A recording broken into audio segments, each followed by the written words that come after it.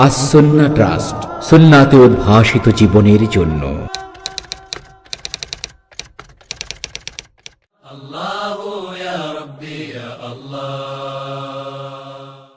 ইন্নাল হামদুলিল্লাহ নাহমাদুহু ওয়া নুসাল্লি ওয়া নুসাল্লিমু আলা রাসূলিল কারীম, আম্মা বা'দ। সম্মানিত সভাপতি, সম্মানিত অতিথিবৃন্দ, আসলে আমরা তো ওয়াজ করি ময়দানে সাধারণ মানুষের সামনে, আর আজকে আপনারা এখানে সবাই বড় বড় ওয়াইজ, বড় বড় প্রাজ্ঞ পণ্ডিত, আলেম, বিভিন্ন মাদ্রাসার মুহাদ্দিস, ফকি, প্রিন্সিপাল। কাজেই আমি যে কথাগুলো বলবো আমার মনে হয় আপনারা সবাই এগুলো আমার চেয়েও ভালো জানেন। তা আমার আর্টিকেলটা এই ছোট্ট বইটার ভিতরে আছে, আপনারা দেখতে পাচ্ছেন। এটা 21 পৃষ্ঠা থেকে শুরু হয়েছে, উম্মতের ঐক্য ও ঐক্যের দাওয়াত। এখানে প্রথমে যে বিষয়গুলো, এগুলো প্রায় আমরা সকলেই জানি। সেটা হলো ঐক্য খুব ভালো জিনিস, অনৈক্য খারাপ, সবাই জানি। এজন্য এই বিষয়ে আমি কোনো বিস্তারিত বলবো না। আমার প্রবন্ধে লিখেছি, আপনারা এটা পড়লে এ বিষয়ে আমার কিছু মতামত পাবেন। তবে এক্ষেত্রে প্রথমেই আমি যেটা আপনাদের দৃষ্টি আকর্ষণ করছি সেটা হলো ঐক্য এবং বিভক্তি। আমার যতটুকু অনুভূতি এবং জ্ঞান, এটা মূলত কালবি আমল। আমার অনেক সময় ঐক্য বলতে মনে করি সবাই এক জায়গায় হয়ে যাওয়া। আমার কাছে মনে হয়েছে কোরআন সুন্নাহর আলোকে, সালফে সালেহিনের আকওয়ালের আলোকে, যে ঐক্যের জন্য ইসলামের মূল পরিভাষা হলো জামায়াত। আমরা সাধারণভাবে জামায়াত বলতে দল বুঝি, দলবদ্ধতা বুঝি। এটা একেবারে খারাপ বলছি না, তবে দল বলতে আমরা অনেক সময় একটা নির্দিষ্ট গ্রুপ বুঝি। দল, গ্রুপের আরবি হলো হিজব, আর দলাদলি হলো তাহাজ্জুব আর ফিরকা। জামাত, জামা ও জামান, এটাকে একত্রিত থাকা। কাজেই ঐক্যের ব্যাপারে ইসলামের সবচেয়ে বেশি ব্যবহৃত পরিভাষাটা হলো জামাত। তাওহীদ, ওয়াহদা এগুলো আছে কম বেশি, তবে জামাত শব্দটাই কোরআন এবং সুন্নায় ঐক্য বোঝাতে ব্যবহার করা হয়েছে বেশি। এবং এটা একটা ফরজ ইবাদত। যেহেতু আপনারা সবাই উসুলবিদ, যে আল আমরুল উজুব, আল্লাহ যেহেতু আমর করেছেন, কাজে এটা ওয়াজিব। আর ওয়াজিবটা হলো ঐক্যবদ্ধ থাকা। তো ঐক্যবদ্ধ থাকা বলতে আমরা দুটো ভুল বুঝি মনে হয় আমার কাছে। এই দুটো ভুল বোঝাটা আমি আলোচনা করব, বাকিটা আপনারা কোরআনের আয়াত হাদিস দেখে নেবেন। একটা হলো আমরা এটাকে সাধারণত মনে করি দৈহিক এক জায়গা হওয়া, আর কোরআন এবং সুন্নাহর আলোকে যেটা বোঝা যায় এটা একটা জামায়াত বা ঐক্য হলো একটা ইতিকাদি ইবাদত। কারণ আল্লাহ তাআলা বলছেন, ওয়াতাসিমু বিহাবলিল্লাহি জামিআ ওয়া লা তাফাররাকু ওয়াযকুরু নি'মাতাল্লাহি আলাইকুম ইয কুনতুম আদাআন ফাআল্লাফা বাইনা কুলুবিকুম ফাআসবাহতুম বিনি'মাতিহি ইখওয়ানা। আমরা এই আয়াতে, যেহেতু আপনারা উলামায়ে কেরাম আয়াতের অর্থ সবাই জানেন, আল্লাহ তাআলা বলছেন কি, যে তোমরা শত্রু ছিলে, তাহলে পরস্পরের শত্রুতা, হৃদয়ের ভিতরে শত্রুতা পোষণ করা, বিভক্তি পোষণ করা, ও আমার দলের নয়, ও অন্য, আমি এবং সে ভিন্ন, এই চিন্তাটা পোষণ করা হলো ইফতিরাক, তাফাররুক। আর আল্লাফা বাইনা কুলুবিকুম, তোমাদের কালবের ভিতরে উলফত তৈরি হলো, পরস্পরের ভিতরে সম্প্রীতি তৈরি হলো, সৌহার্দ্য তৈরি হলো। ফাসবাহতুম বিনি'মাতিহি ইখওয়ানান, সবাই ভাই হয়ে গেলে, পরস্পরের প্রতি যে ভ্রাতৃত্বের অনুভূতি, দুনিয়ার যে প্রান্তেই থাক আমি মনে করছি সে আমার ভাই, এইটা হলো জামায়াত। কোরআনের এই আয়াত থেকে আমরা এটাই উপলব্ধি করি, এবং রাসূলুল্লাহ সাল্লাল্লাহু আলাইহি ওয়াসাল্লামের অগণিত হাদিস থেকে, এবং যে কথাটা আমরা সবসময় বলি, আস-সুন্নাতু ওয়াল জামা, আহলুস সুন্নাত ওয়াল জামা, সাহাবীদের যুগ থেকে পরিভাষা ব্যবহার হচ্ছে। এটা বলতে তারা নির্দিষ্ট কোনো এক জায়গায় একত্রিত দলের একটা আমির, এইগুলো বোঝাননি। চেতনার ভিতরে সবাইকে এক মনে করার যে অনুভূতি, এটা বুঝিয়েছেন। কাজেই আল জামা এটা একটা কালবি ইতিকাদি ইবাদত। আমরা যদি অন্তত মুসলমান ইসলামত্বকে, ইমানকে সর্বোচ্চ গুরুত্ব দিয়ে এটা বিশ্বাস করতে থাকি যে সব মুসলমান আমার ভাই, আমার সাথে তার মতের অমিল আছে, কিন্তু আমরা এক দল, সেই দলের নাম ইসলাম, তাহলে আমরা জামায়াতের যে ফরজ ইবাদতটা আমার মনে হয় পালন করতে পারি, যেটা আমরা এখন করতে পারছি না। আমি আবারও বলি যে আমরা বিস্তারিত আলাপ করে লাভ নেই, কারণ আমার এখানে যারা আছেন সবাই উলামায়ে কেরাম, এবং উলামায়ে কেরামদের ভিতরে একটা বিশেষ শ্রেণী উলামায়ে কেরাম যারা তাওহীদকে, সুন্নতকে, শরিয়াতকে গুরুত্ব দেন। কাজেই বিষয়গুলো আপনারা সবাই জানেন। এটা হলো একটা বিষয়। দ্বিতীয় বিষয় হলো আমরা জামায়াত এবং ইফতিরাকের ক্ষেত্রে বাকি বিষয়গুলো আপনারা পড়ে নেবেন। ইফতিরাকের ক্ষেত্রে আমরা আরেকটা বিষয়ে মাঝে মাঝে আমরা হয়তো অস্পষ্ট হয়ে যাই, যেটা আমার আগেও মহতারাম আলোচক আলোচনা করেছেন। ইখতিলাফ মতভেদ আর ইফতিরাক বিচ্ছিন্নতা বিভক্তি এক না। মতভেদ থাকবেই, এটা মানবীয় প্রকৃতি। মানুষ আছে মানে স্বামী স্ত্রী মতভেদ আছে, এজন্য বিচ্ছিন্ন হয় না তারা। ভাই ভাই মতভেদ আছে, বিচ্ছিন্ন হলে খারাপ হয়। বাপ বেটায় মতভেদ আছে, বিচ্ছিন্ন হলে খারাপ বলে। মতভেদ মানবীয় প্রকৃতি, কাজেই মতভেদ নিন্দনীয় নয়, কখনো নন্দনীয় হতে পারে। আর বিচ্ছিন্নতা মতভেদের ভিত্তিতে আমি ওর থেকে আলাদা, এই বিচ্ছিন্নতা হলো সর্বাবস্থায় হারাম এবং নিন্দনীয়। আল্লাহ তাআলা কোরআন কারিমে নিষেধ করেছেন, এটা কাফেরদের আলামত বলেছেন, ওয়ালা তাকুনু মিনাল মুশরিকিন আল্লাযীনা ফাররাকু দীনাহুম ওয়া কানু শিয়ান। আর আমরা এখানে দিনটাকে ভেঙে ভেঙে টুকরো টুকরো করতে করতে করতে করতে অনেক দূরে চলে যাচ্ছি। এই দুটো বিষয় আমি আপনাদের দৃষ্টি আকর্ষণ করলাম। আমাদের ঐক্য নষ্ট হওয়ার কারণ কি? আমরা অনেক তাত্ত্বিক কথা বলেছি, আমি তাত্ত্বিকে বেশি যেতে চাচ্ছি না। আমি এখানে ঐক্য বিনষ্ট হওয়ার কতগুলো কারণ আপনাদের সামনে আপনাদের সদয় বিবেচনার জন্য দিয়েছি, কারণ আপনারা সবাই ওলামায়ে কেরাম। প্রথমত আমরা জানি ঐক্য নষ্ট হওয়ার মূল বিষয় হলো বিশ্বাসের চেতনার অনৈক্য। মানুষ যখন বিশ্বাস ভিন্ন হয়ে যায়, তাকে আর নিজ দল মনে করতে পারে না। সে রাজনৈতিক বিশ্বাস হোক, ধর্মের বিশ্বাস হোক, যে কোনো বিশ্বাস যখন বলে যে সে আমার মতের বাইরে, এজন্য আকিদার বিশ্বাসের কারণে, আকিদার বিভক্তির কারণে, আকিদার মতভেদের কারণে বিভক্তি মুসলিম উম্মায় পুরনো। সাহাবীদের যুগ থেকেই খারেজিরা তৈরি হয়েছে, শিয়ারা তৈরি হয়েছে আলী রাদিয়াল্লাহু সময়ই, আপনারা জানেন। এরপরে সাহাবীরা বেঁচে থাকতে জাহামি, মুতাজিলি ইত্যাদি, জাহামি এবং কাদারি এরা এসেছে। এগুলো আকিদাগত, মতের বিশ্বাসগত। কিন্তু বর্তমান যুগে আমাদের যে বিভক্তি, এটা বিশ্বাসের চেয়েও কর্মগত বেশি হয়ে গেছে। এক্ষেত্রে আমি আপনাদের দৃষ্টি আকর্ষণ করছি, আপনারা পাবেন যে আমাদের বিভক্তি বেশি হওয়ার কারণ হলো যে আমরা সাহাবীদের মানহাজ পদ্ধতি পরিত্যাগ করেছি। আমরা যদি সাহাবীদের পদ্ধতিতে থাকতাম, রাসূলুল্লাহ সাল্লাল্লাহু আলাইহি ওয়াসাল্লাম এবং সাহাবীদের যুগেও মতভেদ, অর্থাৎ আমলগত মতভেদ ছিল, আকিদাগত বিভক্তি ছিল। বিভক্তির ক্ষেত্রে সাহাবীদের আমরা যেটা দেখি, জামাত মানে কি, আমরা এখানে সবাই একটা জামাত, এখান থেকে 10 জন লোক আলাদা হয়ে গেলেন, তারা একটা ফিরকা হয়ে গেলেন, হেজব হয়ে গেলেন। ওই যারা চলে গেলেন তারা এই বাকি লোকদেরকে অন্য দল, এরা ঠিক না মনে করছে। কিন্তু সাহাবীরা ওই বেরিয়ে যাওয়া লোকদেরকেও নিজেদের ভাই মনে করেছেন। খারেজিরা আপনারা জানেন ইসলামের সবচেয়ে বেশি পিউরিটান, সবচেয়ে বেশি ইবাদতকারী, সবচেয়ে বেশি তাহাজ্জুদ গুজার, সবচেয়ে বেশি কোরআন পাঠকারী, সবচেয়ে বেশি হিংস্র উগ্রদল। তারা ইসলাম কায়েমের নামে সাহাবীদেরকে হত্যা করেছে, সাহাবীদের লড়াই করেছে, সাহাবীদের সন্তানদেরকে মেরেছে, নির্বিচারে মানুষ মেরেছে। সাহাবীরা যুদ্ধের ময়দান ছাড়া তাদের বিরুদ্ধে কিছুই বলেননি, তাদেরকে কাফেরও বলেননি, তাদেরকে বলেছেন তারা আত্মপূজায় গোমরাহ হয়ে গিয়েছে।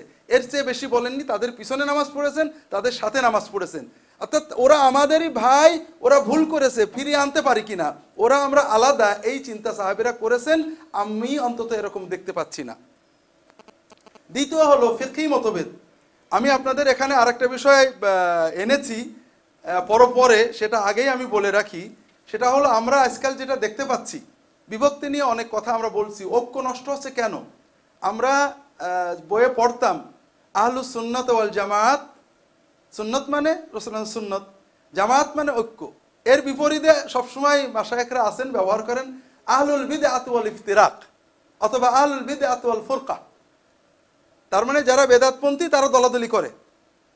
বর্তমানে আমরা বাংলাদেশে 2 ধরনের ইসলাম পাওয়া যায়। এক ধরনের ইসলামে সেখানে কোনো হানাহানি মারামারি নেই, পর্দার কথা নেই, হালালের কথা নেই, হারামের কথা নেই, মদের কথা নেই। ধরেন আমি একটা খানকার খলিফা, ফুরফুরা খানকা মনে করেন, আরেকজন একটা খানকা আছে, একটা মাজার আছে, একটা দরগা আছে, একটা দরবার আছে, সেখানে হিন্দু, মুসলমান, বৌদ্ধ, খ্রিস্টান সবাই যাচ্ছেন, সেখানে দোয়া নিয়ে চলে আসছেন। কারোর পর্দা আছে না নেই তারা বলবেন না, সুদ খান কিনা তারা বলবেন না। এই ধরনের মুসলমান বাংলাদেশে অভাব নেই, আপনাদের জানা আছে আশা করি। এরা অনেক, আপনারা বলেছেন শায়েখ কেন্দ্রিক বিভক্তি, এদের অনেক শায়েখ আছে, মারামারি করে না। এক শায়েখ আর এক শায়েখের বিরুদ্ধে বলে না, এক দল আর এক দলের বিরুদ্ধে বলে না। অন্তত বাংলাদেশে শতাধিক গৌসে আজম আছে, প্রত্যেকে বিশ্বাস করে তার হুজুর একমাত্র গৌসে আজম, কিন্তু এক গৌসে আজম আর গৌসের বিরুদ্ধে বলে না। শতাধিক মুজাদ্দেদে জামান আছে, প্রত্যেকে বলে আমার হুজুর একমাত্র মুজাদ্দেদ জামান, কিন্তু এক হুজুর আর এক হুজুরের বিরুদ্ধে বলে না যে তোরা কাফের হয়ে গেছিস, আমার মুজাদ্দেদ মানিস নি, এটা বলে না। কিন্তু এর বিপরীতে যে মুসলমানেরা, যে আউলামায়ে কেরাম ধার্মিক প্র্যাকটিসিং মুসলমান যারা শরিয়াতকে গুরুত্ব দেন, নামাজ পড়েন এবং কেউ না পড়লে মনে ব্যথা পান, কোরআন পড়েন না পড়লে ব্যথা পান, শরিয়া পালন না হলে ব্যথা লাগে, এই ধরনের তাওহীদ সুন্নাহ এবং শরিয়াতকে গুরুত্ব দেন, পালনে মতভেদ থাকতে পারে, এই ধরনের মুসলমানদের মারামারি হানাহানি প্রান্তিকতা আমার তো মনে হয় সব সীমা ছাড়িয়ে গেছে। এখন একটু আগে আমরা বোধহয় বলছিলেন নিরাপত্তা, নামাজ পড়ো না, নামাজ পড়লে মরার ভয় আছে, কারণ আমিন আর জোরে আমিন আসতে মারামারি হয়ে যাবে। আমার আলমডাঙ্গা, বিশ্বাস করেন ভাই, আমাদের ঝিনাইদহের পাশে আলমডাঙ্গা, সেখানে আমিন জোরে আর আসতে বলা নিয়ে মারামারি হয়ে মানুষ একজন শহীদ হয়েছেন, অবশ্য জাহান্নামে যাবেন, কারণ আপনারা জানেন যে ইদাল তাকাল মুসলিমান বেসাইফাইহিমা ফালকাত ওয়াল মাকতুল কালামা ফিন্নার। এখন আমার কথা হলো, আহলুস সুন্নাত ওয়াল জামা যারা ঐক্য এবং সুন্নতের দাবি করছি, তারা কেন এত বিভক্ত? আর যারা আমরা বলছি ওরা বেদাতি, ওরা আহলুল বিদআত ওয়াল ইফতিরাক, দলাদলি করে, ওরা কেন বিভক্ত নয়? তার মানে আমরা সাহাবীদের মানহাজ পদ্ধতিটা ত্যাগ করেছি। সাহাবীরা বেদাতিদেরকে আকিদায় চেতনায় বিশ্বাসে যারা ভুল করেছেন, তাদের ভুল বললেও নিজেদের মনে করতেন, ওরা মুসলমান, আমাদের ভাই, ভুল করে সরে গেছে। আর ফিকহি ব্যাপারে শত মতভেদ সাহাবীদের যুগে ছিল। আপনারা সবাই উলামায়ে কেরাম মুসান্নাফাতগুলো পড়ে দেখেন, সাহাবীগণ তাবিঈনগণ এমন বিষয়ে মতভেদ করেছেন আমরা কল্পনাই করতে পারি না। কিন্তু এই মতভেদের কারণে কেউ কাউকে খারাপ বলেননি। তাদের মানহাজ আমি কি পেয়েছি আমরা পড়তে, যে তারা বলেছেন এইটা আমার দলিল, এমনকি ওরটা বাতিল, এই কথাটাও সাহাবী তাবেঈনরা বলেননি। আমি এই দলিল পেয়েছি, এইটা আমল করি। এখন আমরা যেটা করেছি, আমরা আকীদার বিষয়ে তো মানুষকে খারাপ বলছি, এমনকি আকীদার বিষয়ে কাফের বলার পাশাপাশি ফিকহি বিষয়ে, ছোট ছোট বিষয়ে, যেটা আকীদার হয়তো মৌলিক বিষয় নয়, আমি এখানে লিখেছি আকীদার জুজইয়াতকে কুল্লিয়াত বানাচ্ছি আমরা, এবং আকীদার বিষয় নয় যেগুলো ফিকহের বিষয়, সেগুলোকেও আকীদার বিষয় বানিয়ে ফেলছি এবং বিভক্তি বাড়িয়ে দিচ্ছি। আমার ধারণা মতে, আমার চিন্তা মতে যেটুকু বুঝেছি, আহলুস সুন্নাত ওয়াল জামাত হলো ইনক্লুসিভ। আমরা সবাই আহলুস সুন্নাত ওয়াল জামাত, সব মুসলমান আহলুস সুন্নাত ওয়াল জামাত। কেউ যদি ঘোষণা দিয়ে বেরিয়ে যায়, বেরিয়ে গেল। আর আমরা এখন বর্তমানে হয়েছি এক্সক্লুসিভ, কেউ না, শুধু আমি আর তুমি, আমি আর কেউ ঢুকতে পারবে না। তো এখানে তো জামাত হলো না। এই জন্য ঐক্যের চিন্তাটা হবে ইনক্লুসিভ, প্রত্যেক মানুষই আমার সাথে, আমরা সব মুসলমান ভাই, মতের অমিল আছে, এটা স্বাভাবিক, কিন্তু সে আমার বেদল নয়। এরপরে যে বিষয়গুলো আমার কাছে মনে হয়েছে আমাদের বিভক্তি তৈরি করছে, বিশেষ করে শরিয়া ভালোবাসা মানুষদের ভিতরে, দাওয়া পদ্ধতির মতভেদ। আমরা নিজের জীবনে ইসলাম পালনের পাশাপাশি অন্যের জীবনে ইসলামের আহ্বান জানাতে যে বিভিন্ন পদ্ধতি হয়েছে, আপনারা সবাই জানেন। কেউ খানকার মাধ্যমে, কেউ ময়দানি দাওয়াতের মাধ্যমে, কেউ রাজনীতির মাধ্যমে, কেউ টিভি মাধ্যমে দাওয়াত দিচ্ছেন। এখন প্রত্যেক গ্রুপ নিজের পদ্ধতিটাকে শুধু পদ্ধতি আর বলছেন, এটাকেই দিন মনে করছেন এবং অন্যদেরকে বেদল মনে করছেন, এইরকম চেতনা ব্যাপক বেড়ে গেছে। আর একটা বিষয় বিভক্তি তৈরি করছে, সেটা হলো সমালোচনায় ইসলামী আদব লঙ্ঘন। এটা আমি বিস্তারিত লিখেছি, আপনারা পড়বেন, জানি না আপনাদের দ্বিমত থাকতে পারে, জানাবেন। সেটা হলো ভাইরা, আমরা কর্মের সমালোচনা আর মুমিনের সমালোচনার ভিতরে মোটেও পার্থক্য করছি না। যেখানে কোরআনে আল্লাহ তাআলা বলেছেন, ইয়া আইয়ুহাল্লাযিনা আমানু লা ইয়াসখার কওমুম মিন কওমিন আসা ইয়াকুনু খায়রাম মিনহুম ওয়ালা নিসাউম মিন নিসাইন ওয়ালা তালমিজু আনফুসাকুম ওয়ালা তানাবাযু বিল আলকাব ইত্যাদিগুলো আপনারা সবাই উলামায়ে কেরাম, এগুলো আপনারা ওয়াজ করেন, আমিও হয়তো মাঝে মাঝে করি। কিন্তু এগুলো কি সাধারণ মানুষকে বলার জন্য না, আমার জীবনে, আমাদের আলেমদের জীবনে বাস্তবায়নের জন্য? আল্লাহ বলছেন, ওয়াজতানিবু কাসীরাম মিনায-যন্নি ইন্না বা'দায-যন্নি ইসমুন। আমরা যখনই একজন আলেম আরেকজন আলেমের বিরুদ্ধে মতামত প্রকাশ করছি, তখন সরাসরি তার অন্তরে চলে যাচ্ছি। অনেক আলেম আছে নিজেদের এই প্রমাণ করার জন্য, নিজেদের সুবিধার জন্য, অর্থাৎ তার অন্তরে কি আছে আমি অভিযোগ করছি, অথচ আল্লাহ বলছেন ইজতানিবু কাসীরাম মিনায-যন্নি, ধারণা করো না, তুমি খলক ফেটে দেখোনি। আমরা ইসলামী আদব লঙ্ঘন করছি দুইভাবে। আমার কাছে মনে হয়েছে যে আমরা আমাদের করণীয় চিন্তা করছি, সেটা হলো যে মতভেদ থাকবে ভাই, আমরা 1000 বছরের মতভেদ 1000 দিনেও মেটাতে পারবো না। কিন্তু আমি যদি কোনো কর্মের সমালোচনা করি, আমার ধারণায় দুটো জিনিস ইসলাম শিখিয়েছে আমাদের। একটা হলো সমালোচনার ক্ষেত্রে আমি এমন কথা বলবো না যেটা মানুষকে আহত করে। যেখানে কোরআন বলছে যে অন্য ধর্মের মানুষদের আঘাত দিয়ে কথা বলো না। আপনারা সবাই পড়েছেন, ইমাম ইবনে আবিল আজ হানাফি শারহুল আকিদা তাহবে লিখেছেন, যেখানে আল্লাহ কোরআনে বলেছেন ওয়ালা তুজাদিলু আহলাল কিতাবি ইল্লা বিল্লাতি আহসান, আহলে কিতাব অন্য ধর্মের অনুসারীদের ইহুদি নাসারাদের সাথে যদি বিতর্ক করো, বেয়াদবিমূলক কথা বলো না, তারা যা বলবে তার চেয়ে উত্তম কথা তুমি বলবে। সেখানে আহলুল কিতাব ও সুন্নাহ মুসলিমিন সাহেবু শাহাদাতাইন তার ব্যাপারে, আলেমদের ব্যাপারে আমরা এমনভাবে কথা বলছি যা হৃদয়ের ভিতরে অবজ্ঞা তৈরি করছে, মুখেও বলছি কর্মও হচ্ছে। এটা কিভাবে হতে পারে? এই জন্য আমার অনুরোধ হলো, যেটা আমার এখানে বলতে চেষ্টা করেছি, সেটা হলো আমরা সমালোচনা করব প্রথমত কর্মের, কোনো ব্যক্তির নয়। যদি ব্যক্তির সমালোচনা হয়, রাসূলুল্লাহ সাল্লাল্লাহু আলাইহি ওয়াসাল্লাম যেভাবে বলতেন ইন্না মিনকুম মুনাফিরিন, তোমাদের ভিতর কেউ কেউ, নট দ্য নাম বলে নয়। দ্বিতীয়ত যখন আমরা বলবো একটু দরজা রেখে বলবো, অর্থাৎ এমন যদি বলি এই কাজ যারা করছে তাদের আর কোনো দরজাই নেই।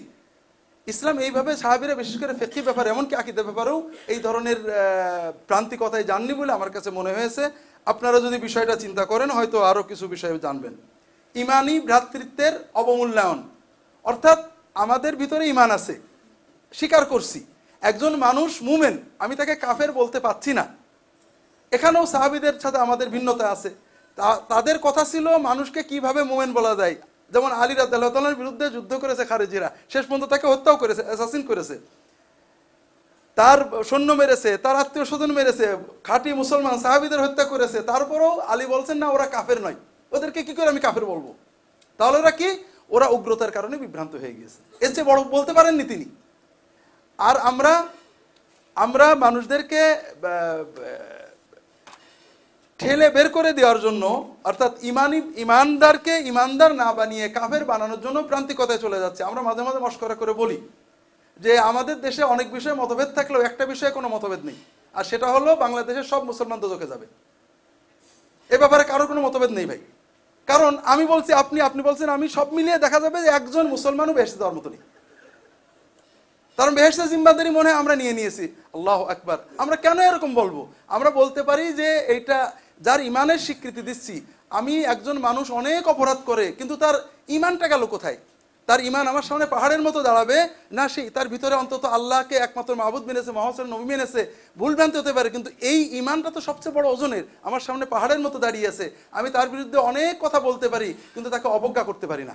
এই ইমানি ভ্রাতৃত্বের আমরা অবমূল্যায়ন করছি বিভিন্নভাবে, বিভিন্ন পদ্ধতিগুলো বলা হয়েছে, দরবারি কারণে, ফিকহি কারণে, মাযহাবী কারণে, যেভাবেই হোক আমরা ইমানি ভ্রাতৃত্বকে অবমূল্যায়ন করছি। আরেকটা জিনিস আমি লক্ষ্য করেছি, আমি গুনাহগার, দীর্ঘদিন ধরে যা বলি কই, এখন তো ডিজিটাল যুগ, অনেক কথাই আর মুছে ফেলা যায় না, এখন সবই থেকে যায়। তো আমি এই কিছু গোলালো মার্কা কথা সবসময় বলে থাকি।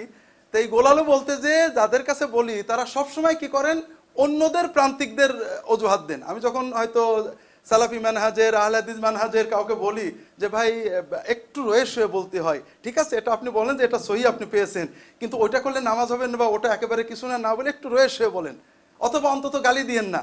তারা বলবে ওই দেখেন হানাফিদের অমুক জায়গায় এই কথা বলেছে, অর্থাৎ হানাফিদের একজন মহাপাপ করেছে, কাজে আমার জন্য আর একটা মহাপাপ জায়েজ হয়ে গেল। আমি হানাফিদের একই কথা, একই উত্তর ওখানে যেও পাই যে আমাদের তো কোনো দোষ নেই, ওরা এটা বলছে। তো এই জন্য একজনের গুনার অজুহাতে আর একজন আমরা গুনাহ করব, এটা আমার মনে হয় ঠিক কথা নয়। আরেকটা জিনিস হলো, আমরা ঐক্য বলতে সাধারণত একমত বুঝাই, আর এটা আমাদের অনেক চেষ্টা নষ্ট করে দেয়। ঐক্য বলতে একমত নয়, ঐক্য বলতে পরস্পরের হৃদয়ে শ্রদ্ধাবোধ, আমরা সবাই যে একই ইসলামের অনুসারী এই বিশ্বাস চেতনা, এতেকাদি ইবাদত। কাজে একমত আমরা হব না, কিন্তু বিচ্ছিন্নতা হয়তো দূর করা সম্ভব হবে। এখানে আরো কিছু কথা আছে, আহলুস সুন্নাত ওয়াল জামাত, আহলুল বিদআত ওয়াল ইফতিরাক, আপনারা পড়বেন।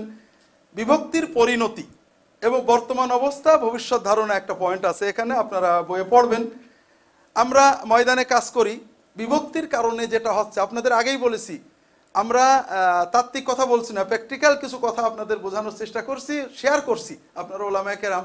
সেটা হলো আমাদের বিভক্তি কিন্তু নন প্র্যাকটিসিং মুসলমানদের ভিতরে না, তারা মাশাআল্লাহ নিরাপদে আছেন। আমার কাছে একজন বিশ্ববিদ্যালয়ের ছেলে ধরছে, স্যার অনেকদিন আপনাকে খুঁজে বেড়াচ্ছি, স্যার আমার মা একটা প্রশ্ন করতে পাঠিয়েছে যে পুরুষ নারীর নামাজে পার্থক্য আছে কিনা।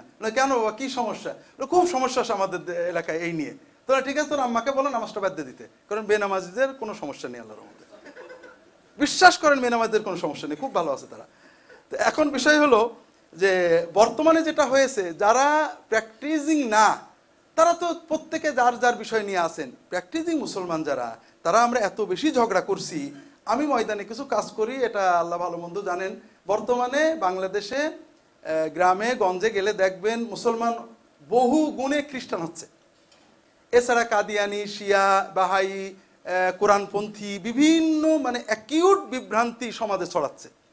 আমরা যখন সমাজে যে এই দুই শ্রেণীর প্র্যাকটিসিং মুসলমান আলেমদের সাথে কথা বলি, এখানে লিখেছি আপনাদের বলে একটু শেয়ার করি। যখন আমরা বলি যে ভাই তোমার গ্রামে 20 জন 25 জন 50 জন খ্রিস্টান হয়ে গেছে অথবা এইরকম হয়ে গেছে, চলো যায় ওদেরকে দাওয়াত দিই, তোমরা ঝগড়া থামাও, আমিন জোরে আসতে যে যা বলে বলুক না, আমিন মোটে বাদ দিক, তোমরা চলো ওইখানে যাই। এক গ্রুপ বলে শোনেন এসব কথা আপনিও ওদের দলের, কারণ আহলে হাদিস ফিতনা খ্রিস্টান ফিতনার চেয়েও বড় ফিতনা। খ্রিস্টান হইলে এক ঘুরে করে ফেরত আনা যাবে, আহলে হাদিস হলে আর কোনদিন ভালো হয় না, আগে আহলে হাদিস ফিতনা ঠেকাই তারপরে খ্রিস্টান ফিতনা দেখায়।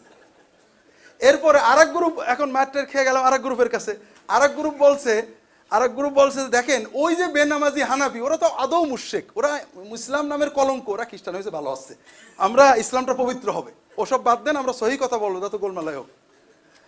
এখন বিষয় হলো, এটা হলো প্রথম পরিণতি। বাস্তবে আপনারা ময়দানে গ্রামে গঞ্জে গেলে দেখবেন নগ্নতা, অশ্লীলতা, বেহায়াপনা, হারাম, পারিবারিক অবক্ষয় এত ছড়িয়েছে যেটা চিন্তা করা যায়। এর সাথে ধর্মান্তর তো আছেই।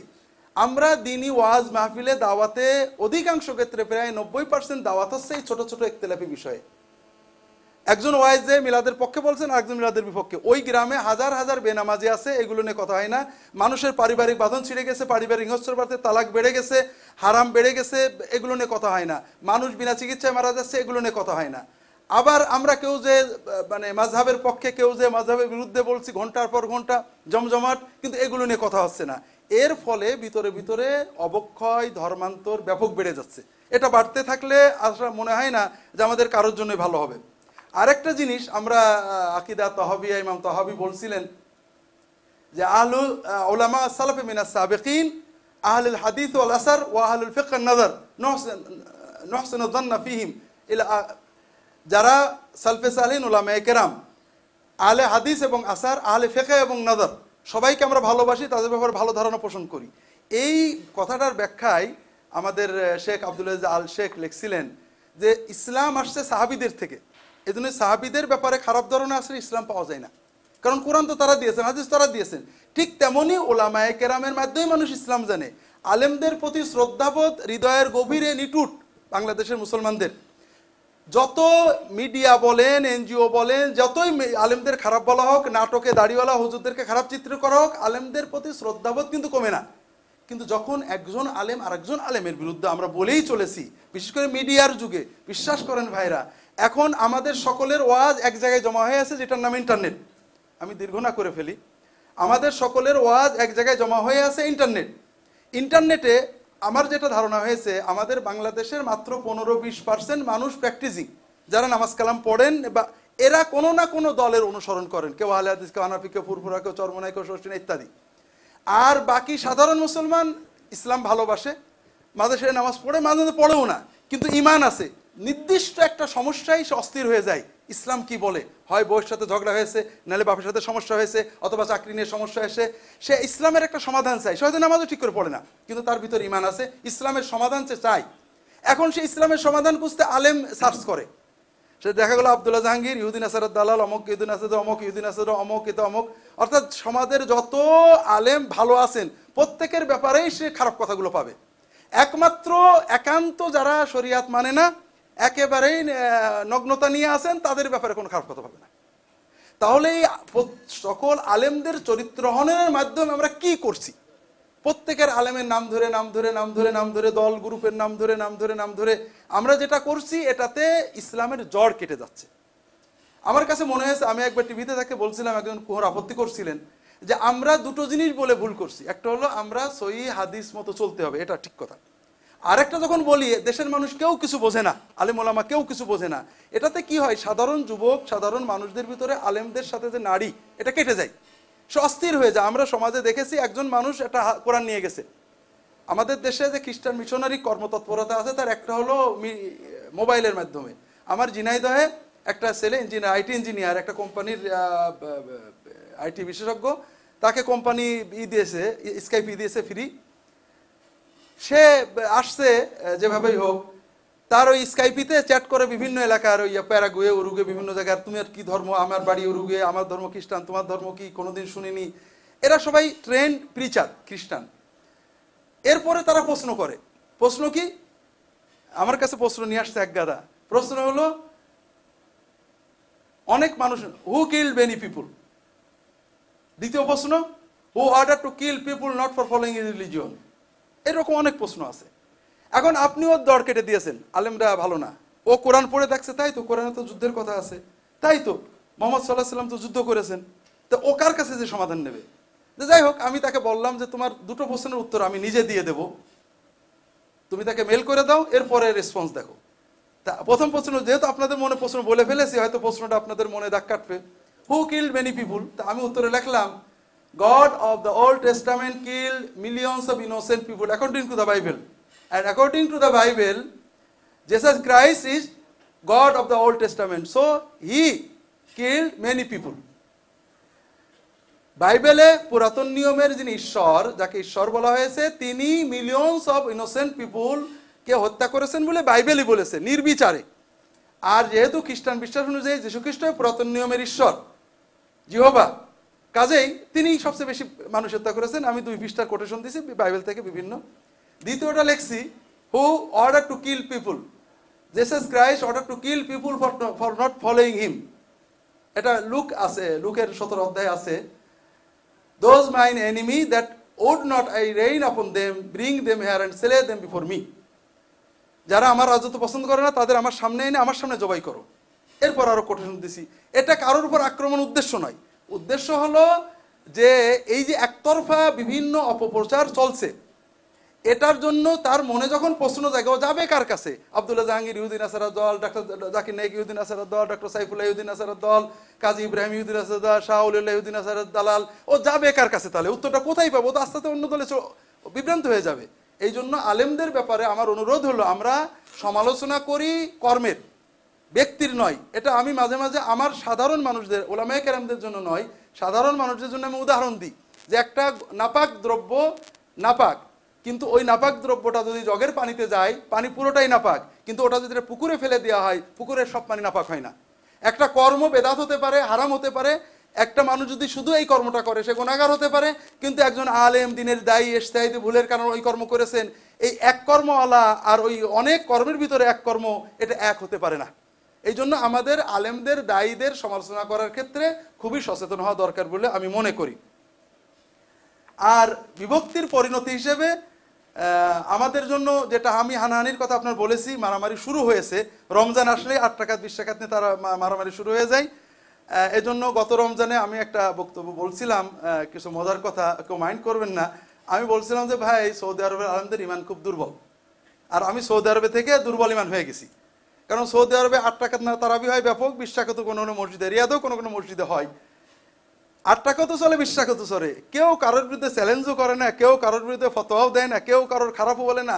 সর্বোচ্চ গোলালো মার্কা আর্টিকেল লেখে যে দলে কোরআন সুন্নাহর আলোকে এইটা উত্তম, কেউ বলে এইটা উত্তম। তো এইরকম দুর্বল ইমান আমরাও হয়ে গেছি। তো এই জন্য ভাইরা, এই যে হানাহানি রক্তারক্তির জন্য আলেমরা দায়ী ভাই, সাধারণ মানুষ না। আমি যখন কড়া করে বলি ওরা নবীর দুশ্মন, আমি যদি কড়া করে বলি ওরা কিছু মানে ওদের, তখন সাধারণ মানুষ উজ্জীবিত হয়ে যায়, ওরা মারামারির জন্য প্রস্তুত হয়ে যায়। এই জন্য হানাহানি রক্তারক্তি যদি না এড়াতে পারি, আমার তো মনে হয় আজ থেকে 20 বছর পরে হানাফি মসজিদ, আহলে হাদিস মসজিদ, এই অমুক দলের মসজিদ, প্রত্যেক মসজিদে পুলিশ দেওয়া লাগবে, তা না হলে আমরা নামাজ পড়তে পারবো না। সমস্যার সমাধানে আমাদের করণীয়, সমস্যার সমাধানে আমাদের করণীয়র ক্ষেত্রে কয়েকটা বিষয় আপনাদের দৃষ্টি আকর্ষণ করার চেষ্টা করেছি। সেটা হলো, এটা সমস্যা কিনা। অনেকে মনে করেন আমি হক কথা বলবো, ফাসদা বিমা তুমার, কাজেই বিভক্তি হলে হবে। কেউ মনে করছেন যে ঐক্য হবে সত্যের উপরে, কাজেই যারা সত্য আমি যেটা বলছি, অন্য সবগুলো ভুল, কাজেই ঐক্য টক্য দরকার নেই, আমি হক কথা বলবো, একসঙ্গে সবাই আমার দলে চলে আসবে। এই ধরনের চিন্তা হলে এটাকে সমস্যা মনে করা হয় না, কিন্তু আমার কাছে এটাকে সমস্যাই মনে হয়। কারণ উম্মতের ভিতরে, বিশেষ করে ধার্মিক মানুষদের ভিতরে যে ধরনের বিভক্তি প্রান্তিকতা আমরা দেখছি, এটা যদি উলামায়ে কেরাম আপনারা সবাই মিলে সহনশীলতা, অন্য না, অন্তত আমি সহনশীল হই, আমি সবাইকে ভালোবাসি, সবাইকে শ্রদ্ধা করতে শিখি, আমার সাথীরা শিখুক। এই জন্য আমরা যদি সমস্যার সমাধানে সচেতন হই, এটা যে কত গুরুত্বপূর্ণ ইবাদত এটা যে অনুভব করি, আমার আচরণে এটা প্রকাশ পাবে। তবে আমি বেশি বিষয় লেখিনি, আমি শুধু এখানে সমস্যার সমাধানে একটা বিষয়ের উপরেই গুরুত্ব দিয়েছি অন্যান্য বিষয়ের পাশাপাশি। একটা তো হলো যে এই যে কারণগুলো বললাম, কারণগুলো আমাদের আমরা এখানে যে হয়তো শতাধিক মানুষ আছি, আমরা এই 100, 150, 200 জন দায়ী যদি আপাতত এই কারণগুলো বন্ধ করি, দেখবেন অনেক কমে গেছে ঝগড়া। আমরা যদি সহনশীলভাবে কথা বলি, ভিন্ন মতের আলোচনার পাশাপাশি ভিন্ন মতের মুসলমানদের প্রতি শ্রদ্ধাবোধ জানাই, দেখবেন এটা কমে গেছে। দ্বিতীয় হলো যেটা আমি এখানে বলতে চেয়েছি, সেটা হলো আসলে দূরত্ব, অন্তরের দূরত্ব দেহের দূরত্ব থেকে বাড়ে। আর আল্লাহ কোরআন কারিমে বলেছেন যে বিভক্তির কারণ হলো বাগিয়াম বাইনাহুম, বাগাওয়াত, অহংকার, হিংসা, শত্রুতাবোধ অথবা ওর চেয়ে বড় হওয়ার চিন্তা, সবসময় বিভক্তির এটা কারণ। আমরা যখন এক জায়গায় বসি ভাইয়েরা, সালাম দিই, মুসাফা করি, আমাদের মনের দূরত্বটা দূর হয়, পরস্পরের সম্প্রীতি বাড়ে। ওই ওয়াজের মাহফিলে যে খারাপ কথা বলতে দে এই লাগে না, তার সাথে আমি হাসছি, সালাম দিছি। মনে করেন আব্দুর রাজ্জাক বিন ইউসুফ অনেক বড় আলেম, আমি কোনোদিন তাকে দেখিনি, পিস টিভিতে দেখলাম, সালাম করলাম, কোলাকুলি করলাম। এখন আমি যতই মনে যাই তা কোথাও জোরে যে তার বিরুদ্ধে বলতে কষ্ট লাগে, আমি বলি না। আমি এমনি আল্লাহর রহমতে কারোর বিরুদ্ধে কিছু বলি না। উদাহরণ হিসেবে দিচ্ছি যে আমরা যখন এক জায়গায় বসে থাকবো, মাঝে মাঝে বসবো, মাঝে মাঝে মত বিনিময় হবে, সালাম কালাম হবে, এর দ্বারা আমাদের হৃদয়ের দূরত্ব কমবে। এটা একটা কাজ। দ্বিতীয় যেটা ডক্টর সাইফুল্লাহ বলেছেন যে হেওয়ার, কোনো ভাই প্রশ্ন করেছেন হেওয়ার ইসলামী পরিভাষা কিনা। হেওয়ার কোরআনে আসছে, আপনারা জেনেছেন।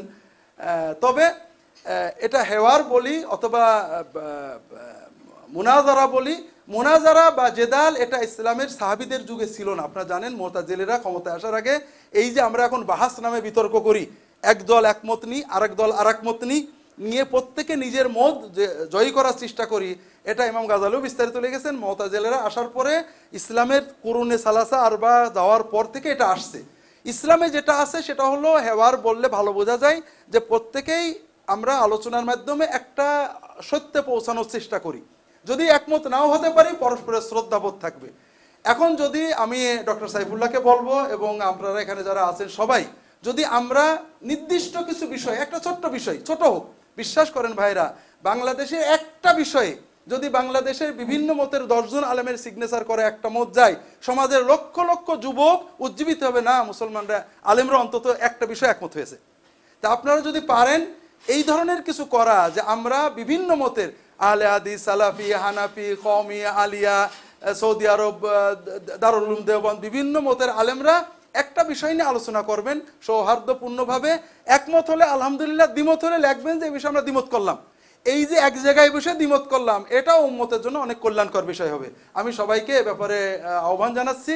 আমাদের যারা, বিশেষ করে ডক্টর সাইফুল্লাহ আমাদের সৌদি ইউনিভার্সিটি অ্যালামনাই অ্যাসোসিয়েশনের সভাপতি হিসেবে, তাকে অনুরোধ করব আমাদের সকলের পক্ষ থেকে, এবং যেহেতু সৌদি এমবেসি আলহামদুলিল্লাহ আমাদের এই ধরনের ভালো কাজে সাপোর্ট দান করেন, আমরা তাদেরকে শুকরিয়া জানাই, তাদের জন্য আল্লাহর কাছে দোয়া করি। আমি আশা করব এই ধরনের কোনো হেওয়ার বা কোনো ইজতেমার ব্যবস্থা যদি করতে পারেন, এটা আমাদের জন্য অত্যন্ত উপকারী হবে। আমি আর দীর্ঘ করছি না, আমার কথা মোটামুটি শেষ করে ফেলছি।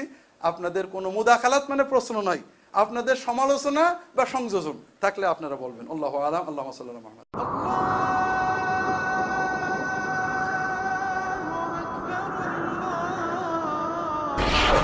আস সুন্নাহ ট্রাস্ট, সুন্নাতে উদ্ভাসিত জীবনের জন্য।